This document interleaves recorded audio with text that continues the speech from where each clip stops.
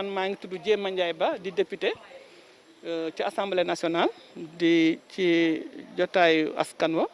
taxawal fa waa département de Nioro mais taxawal fa aussi askanu Sénégal yëpp tey ma taxaw fi ci mbirum li nga xam ne moom lañ ma tànnee mooy point focalu département bu Nioro ci mbirum initiative bi nga xam ni madame le ministre de la femme de la famille Ndeye Saly Diop Dieng am na ko ci gën a firndeel ak fësal taxawaayu jigéen ñi ci xeexu mbas mi. madame le ministre bi mu defee initiative bi dafa tànn ay ndaw yoo xam ni ñooy nekk ci région yi ñu tànn Awa Gueye ci région Kaolack Awa Gueye aussi tànn ay point focal ci département yëpp man mu tànn ma ci point focal département Nioro man it ma tànn ay point focal yoo xam ne ñoo nekk ci commune yi commune bu nekk am na point focal boo xam ne moom lañ fa tànn tànneef boobu nag dañ ni lii mbirum xeex mbas la bon lii mbirum jigéen la du mbirum politique du mbirum leneen moo tax ba ñuy tànn aussi seetuñ ku far fii ak ku far fële dañuy seet kañ yaakaar ni am na leadership am na taxawaay ak njiit boo xam ne su ko jiitee jigéen ñi waxtaan ak ñoom lii ñu bëgg muy dajale ay masque dinañ ko taxawee ba tax na jigéen ñee ma wër nii ñi nga xam ne ñoo ñëw teewal ñeneen ñi pour ñu waxtaan ak préfet bi jébbal ko li nga xam ne moom lañ liggéey bi nag ma rafetlu ci lenn mooy taxawaay bi pas-pas bi ak engagement bi nga xam ni jigéenu département Nioro yi amul nañ ko ci bi ñuy dajale masques yi ñun lañ ñu sasoon ci million masques yi ñu waroon joxe Sénégal ñun département Nioro sasoon nañ ñu fukki junne ak juróom-ñaar ak juróom-ñetti téeméer ak fanweer mais ci loolu romb nañ ko ba am fukki junne ak juróom-ñeent yu teg juróom-ñaar téeméer ak lu topp bon yaakaar naa ne ñun lañ ñu sasoon romb nañ ko suñ koy romb nag dafa fekk ni mbooloo ak déggoo ak ànd boole xool yi moo tax loolu ñu mën ko bon ma ci profito di gërëm jigéen ñi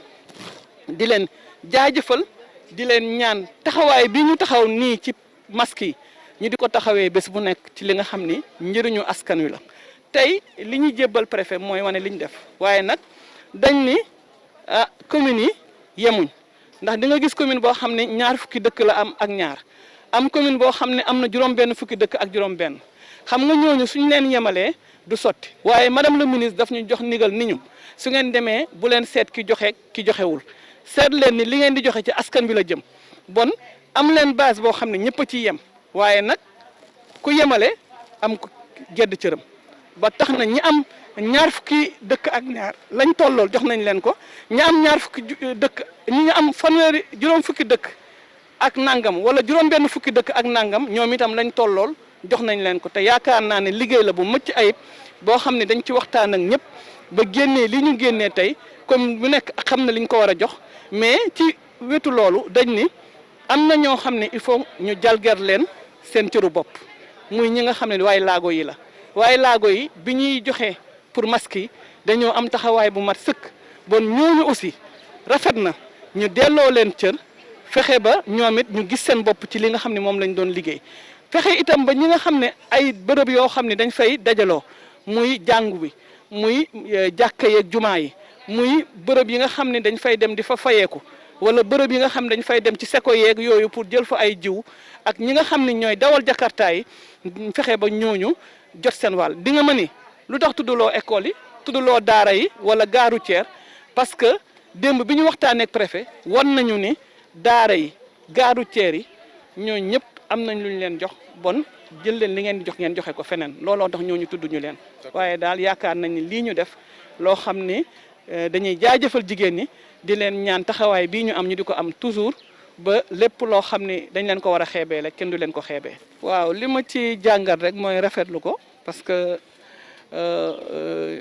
honorable député Aïda Mbodj ku may rafetlu taxawaayam la ci assemblée nationale koo xam ni vraiment liggéey ba tax mu ñëw assemblée ma ngi koy doxal ndax askan wee ko fa taaj lii mu wax itam yoon moo ko may ndax article 93 bu règlement intérieur bu assemblée nationale moo ko may tey lu mel nii mu mën ko def loolu nag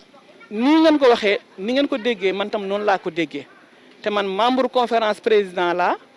te démb conférence président amoon na waaye ci liñ ma doon waxuñ ma ni jot nañ lettre bi